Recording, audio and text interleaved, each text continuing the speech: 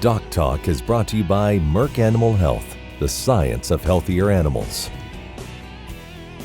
Hey folks, Dr. Dan here. Thanks for joining us. We're going to have a grand show. We have Dr. Kelli Almes, who's a pathologist here at the veterinary diagnostic lab, who does a lot of cases for calf scours. And we're going to talk about different things from which bugs affect calves, some of the risk factors associated, and then how you send in samples and some of the pitfalls that can happen to make sure that you get the right answer for your calves.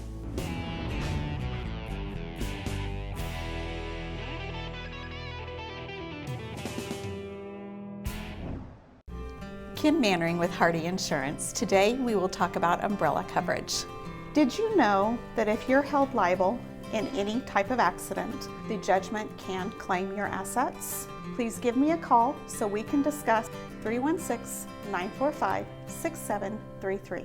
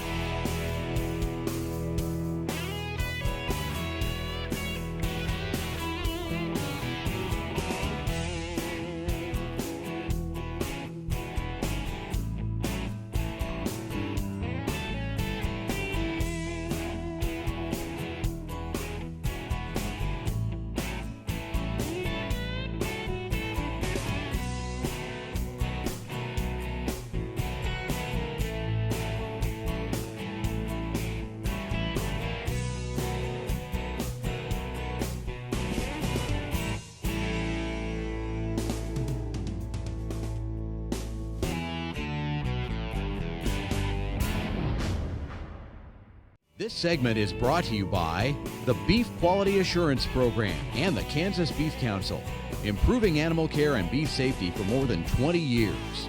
Hey folks, welcome to DocTalk. Dr. Dan Thompson here with my friend and colleague, Dr. Kelli Almes. She's a clinical associate professor here at Kansas State University's College of Veterinary Medicine, and she is a pathologist in our diagnostic lab. And, well, what does a pathologist do? Well, that depends on what day it is, Dan. So mostly any sort of tissue samples or whole animals. So necropsy examinations, taking in samples from field necropsies, and then lots of biopsy service that we do here at Kansas State, lumps, bumps off any kind of animal you can think of. Okay, and so then you get it, and then once you get it, you kind of direct the case, whether, you know, what's requested or what you might think would add to the case. Yep. Based on what you find. We try to take into account the clinical history that we're provided. Obviously, cost is a factor. That's dependent on what the client, the veterinarian, or the owner wants to do, but trying to get an answer in the most economical and time-effective way that we can. I love when Dr. Almes has my cases. So, we're going to talk about calf scours today. So, kind of give me a rundown on what different bugs we're thinking when we think about calf scours. So typically calf scours that we see are usually a combination of things. It's rarely one agent, but the things we think of are both bacteria and viruses. So rotavirus, coronavirus, E. coli in young calves, Salmonella, Clostridium perfringens, and Cryptosporidium we still see quite a bit. Those are the most common things we see. And you know, like you said, when there's a combination, you know, Dr. Upson would always say, you know, there's two reasons why animals get sick, either an overwhelming dose of a pathogen or a stressed immune system, and there might be a combination of that too. For sure, especially in the calf scours, because it's that window. We need to make sure there's colostrum intake. If you've got failure of passive transfer, that just complicates things. Overwhelming pathogen load and age of the animal, it all goes together. Okay, so on those pathogens, you mentioned two that are viruses, two that are bacterial, and then one that's like a parasite. Yep. Or that. Can you kind of give me a little bit of a background on those? So we often see rota and corona in combination, and they're actually really hard to tell apart clinically or histologically. About the same age of calf. It really just causes about the same thing. Usually alone, they're not fatal, but it all depends on the state of the calf, the immune system, amount of dehydration, all of that kind of stuff. Gotcha. E. coli, same thing. can be a little bit more fatal by itself, and usually that's even younger calves, and it can lead to death pretty rapidly. Clostridium perfringens, Salmonella, those are going to be older calves usually, but also is usually pretty severe and leads to death by itself. Crypto may or may not. Those calves sometimes survive, but then can be shedding the organism as well, infecting others in the herd. So all of these, and kind of like us, when we get a cold, it isn't that big a deal. But if we get a complication with a bacteria after the virus, sure, that's the reason why we have to make sure that we keep those calves warm and hydrated. Sure, yeah, any combination thereof, and they may have other things going on in the environment as well that's causing an overwhelming stress, and that if the pathogen's present in the environment, it's very likely to take hold at that point, and then it'll be a combination of things that can often lead to death. Cool. We're going to take a break. When we come back, we'll talk about some of the risk factors with calf scours with Dr. Kelli Almes.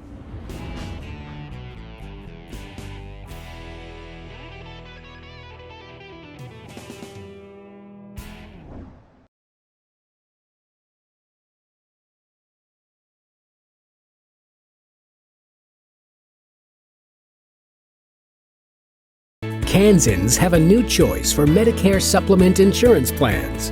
With Medicare supplement insurance plans from Kansas Farm Bureau, you have access to 4 levels of coverage, affordable rates, and service from an organization that's served Kansans for more than 100 years.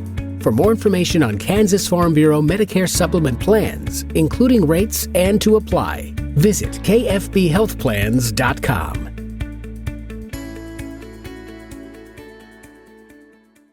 About 6 jumps later, I was laying on the ground and thinking, boy, my shoulder sure hurt. I kept waiting, and it didn't get better and didn't get better.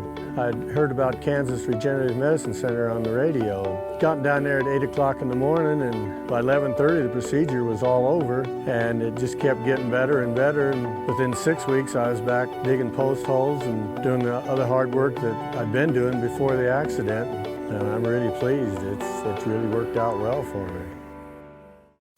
Valley Vet Supply is devoted to providing information and professional quality products at reasonable prices. ValleyVet.com, ValleyVet.com, Valley Vet Supply. This segment is brought to you by the Beef Quality Assurance Program and the Kansas Beef Council, improving animal care and beef safety for more than 20 years. Hey folks, welcome back to DocTalk. Dr. Dan Thompson here with Dr. Kelli Almes. We're at Kansas State University, where Dr. Almes is a clinical associate professor and a pathologist here at the veterinary diagnostic lab at Kansas State University. And as we left, we were talking about these different pathogens, but there are some risk factors that will lead to calves succumbing to these pathogens. Sure. So a couple of things you want to think about. Typically, calves out of heifers are more likely to get calf scours. So that increases the risk. A year like this that's really wet right now during calving season, muddy corrals, not enough space for calving, not a clean, dry environment is going to really increase the pathogen load and probably lead to increased numbers of calf scours. Obviously, if they don't have colostrum, like we mentioned before, that's going to lead to an elevated risk factor. The heifers, the cows, are completely clinically normal and shedding these organisms in the environment. So they're there all the time, and so you need to make sure that you try to minimize the exposure for the calves. And so, there's a different risk factor. There's a reason why we, not just for watching the heifers, that we calve them out before the cows, but also the risk factor of those calves born to those heifers might not be as immunologically competent as cows. Exactly. Yep. And so calving those heifers out, making sure calves get colostrum, keeping the environment. Which of the pathogens would you say that is more of or maybe they're all environmental, but which one of them is more of an environmental issue? The 4 that I think of as environmental are the 4 main ones, which would be Rota, Corona, E. coli, and Crypto. Okay. I think those all are sort of environmental pathogens. E. coli may be the most, but Rota and Corona a lot too. And I think people, they might have their pens where they calve them out and then they move them out and move the next one in, and you don't rebed in between. You don't get rid of those pathogens. Obviously, if you already have calves with scours, if they're anywhere near where the new calves are being calved out, that's a big problem. Yeah, so So if you're calving them in a barn, make sure we change bedding. If we're calving out in a lot and we have mud, we have to realize that the muddy or poop covered udders. Yep. That's a really good way to pass those on. Is things that we need to prevent, because that calf goes to nurse the udder and then gets the pathogen. Time of year? Time of year doesn't make a really big difference because it's environmental. So if it's cold out and they're pushed more inside, then you're going to have an increased pathogen load in that smaller environment. Right. So, and it depends on, is it a wet year, is it a dry year? If it's drier, you have a little better chance, especially if they're in a lot like you were talking about. So time of year isn't maybe as important, except cold is obviously going to increase the stress on the calves. And then when we have overstocking or overdensity, we get more mud and get more pathogens. Sure, yep. Instead of, sandhills calving, instead of moving the pairs out, we should move the open ones, or the ones that haven't calved out, so they are in the cleaner environment. Is that something that y'all recommend? It just depends on what the veterinarian works with. We really try to work with veterinarians at the diagnostic lab, and then our hope is to give them the information they need to work with their clients. Perfect. We don't usually work directly with owners. Obviously, we do testing for owners, but we really prefer they have a veterinarian to help them sort of figure out all those management strategies. Awesome. When we come back, we're going to find out what happens to your samples when they get to Dr. Almes.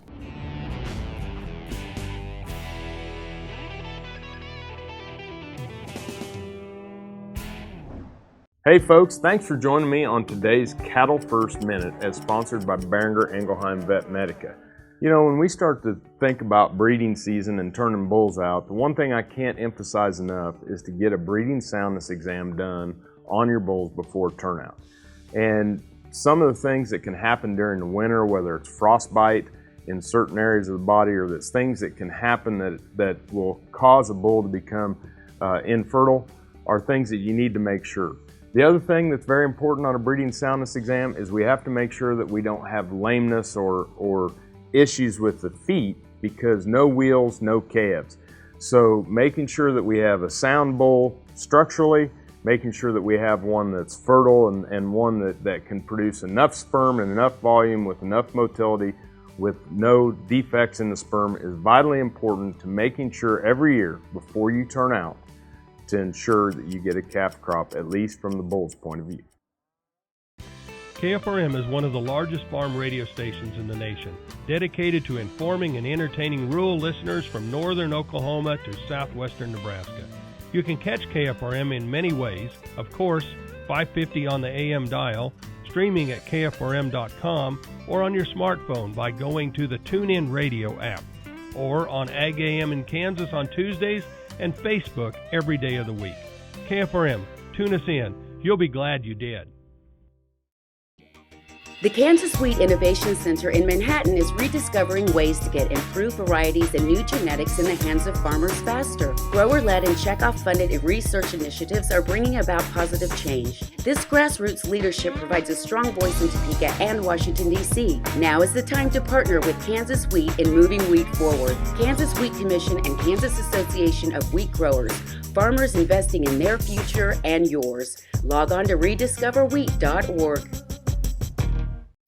Valley Vet Supply is devoted to providing information and professional quality products at reasonable prices. ValleyVet.com, ValleyVet.com, Valley Vet Supply.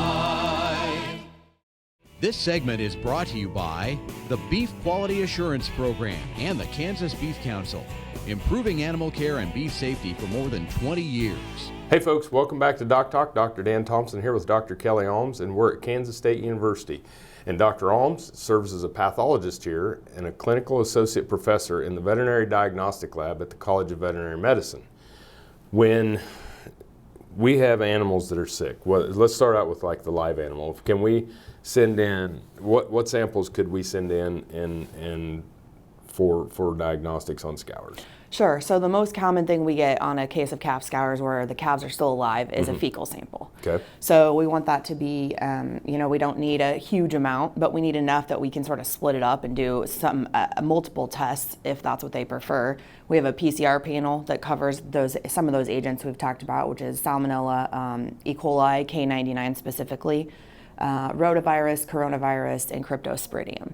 And so we can run that on a fecal sample or even a fecal swab if that's all that they can get.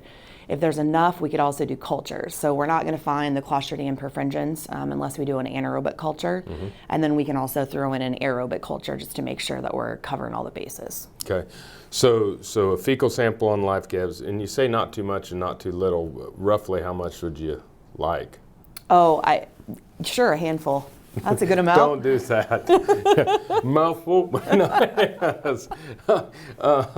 So anyway, a tablespoon or. Yep. Okay. Yep. So, and don't put it back in the drawer. Now, what about if we have a calf that dies? So if you have a calf that dies from scours, the best thing you can do is get samples as quickly as possible. Okay. So the intestine itself starts to autolyze or deteriorate immediately after death, especially in cases of diarrhea. It even happens faster usually. So if you can get your veterinarian out to do a field necropsy, or if you can get that calf to the diagnostic lab or get the samples yourself, fresh intestine and feces would still be the preferred samples. Okay. And then if in doubt and you're close, just take the calf to the D lab? Exactly. Yep. Bring that calf in, give us a little bit of history, definitely give us an age, and talk to us about what's been going on in the herd. It's really helpful to understand if this is the first one or the 10th one, how many you've lost. And that also helps us gauge how quickly we really need to try to get results and how much money we might need to put into it. Okay. So once you get the samples, then will you run similar tests on the tissues that you did on the feces? Yes, or? So we can run that PCR panel on tissue or feces, whichever we have. We can also run cultures on the tissues as well. Okay. Being a pathologist, obviously, I normally recommend histopathology. Probably the least rewarding in this case. One, because that gut starts to autolyze really fast, but two, a lot of those pathogens we've talked about either cause similar changes or you may not be able to see them histologically under the microscope. So unless we've been having a pretty long going outbreak and we're really not figuring out what's going on, histopath is probably the last thing that I would do. So PCR is a test that looks for the DNA of the viruses or the bacteria, so they can be live or dead and we'll still pick them up. Yep, and that's the best part about PCR. Now, it's not an end-all be-all, and there can be so much deterioration. If the genetic material is gone, we may not be able to detect it.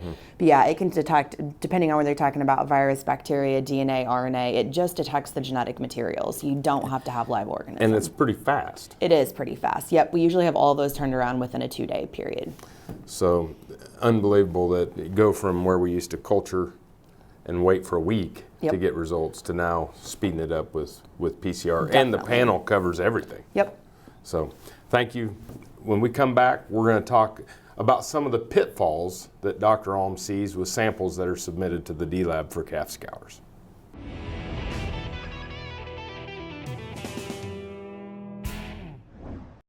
Kansas Corn reminds you that E15 fuel is the right choice for every kind of driver. For the car enthusiast, E15 has higher octane. For the thrifty driver, E15 is priced lower than regular unleaded. For the nature lover, E15 provides cleaner air.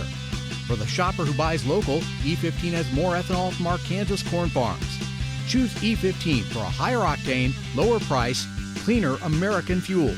Message from the Kansas Corn Commission. Learn more at kscorn.com. Sure Crop Fertilizers was started by my father, Don Sherman, and my mother, Shirley Sherman. Family business that started in the 80s. We predominantly focus on plant nutrients and what we can do to give growers better responses with the fertilizer dollars that they do, and what we can do to make those things work better for the grower. We're based out of Seneca, Kansas. We work with growers in their soil analysis to figure out what they need, and then we can put those in a blend that gives them the best results, and so that we can deliver that direct to their farm so that they have those nutrients where they need them, when they need them, and so that they can apply them in a manner that's very efficient to them and works well in their planting systems and what they're doing. Sure Crop Fertilizers has been around for a long time. We always say we're We're big enough to take care of everything you need, but yet we're small enough to do it quickly. You can get a hold of us at 1-800-635-4743. Our website is surecropfertilizers.com. And you can always email me at corey@surecropfertilizers.com. And with any questions you have, we're glad to answer it and work with you. What if U.S. soybean meal were more than a commodity? If seed companies and the soybean checkoff built a better variety? That future is here. The time is now. To meet end-user demands, the soybean checkoff is investing in the compositional quality of soybeans, including meal. A message from the Kansas Soybean Commission, the Soybean Checkoff, progress powered by Kansas farmers. This segment is brought to you by the Beef Quality Assurance Program and the Kansas Beef Council, improving animal care and beef safety for more than 20 years. Hey folks, welcome back to DocTalk. Dr. Dan Thompson here with Dr. Kelli Almes. We're at Kansas State University, where Dr. Almes is a pathologist and a clinical associate professor at the veterinary diagnostic lab, and she sees cases from all around the world, and we're just blessed to have her at Kansas State to not only be a service in our D lab, but also when she teaches students. And so, you know, the one we were talking about off camera was making sure you list the age of the calf. Yep. And that's not like brand new, or, you know, like 1 day versus 10 days can be a difference. It does make a difference. And when we get in a fecal sample without an age and they've asked for the calf scours panel, which is what we call it, we're going to run that, but we may have just done some useless tests, because over about a week, E. coli K99 is not important anymore. It's not going to infect those calves. So we really do want to know the days. How old is it? 1 day? Is it 10 days? Is it 2 months? It is really important. So we think of E. coli usually happening first, and then can be in combination. Rota and corona can happen pretty quickly at a few days of age, but we usually think of those a little over a week. The same with the salmonella and the crypto. Those are usually a little bit older, as far as maybe a week or two. Clostridium perfringens can really happen at any time. Usually those are older calves. Even up to a couple months is when we'll see the Clostridium perfringens. And you know, so folks, it's important that when you send something into a diagnostic lab, that we make sure we have the history, any number of animals, the age, and be specific on days. If you have the exact number of days of that calf's age, when did the scour start and when did it die? Yep.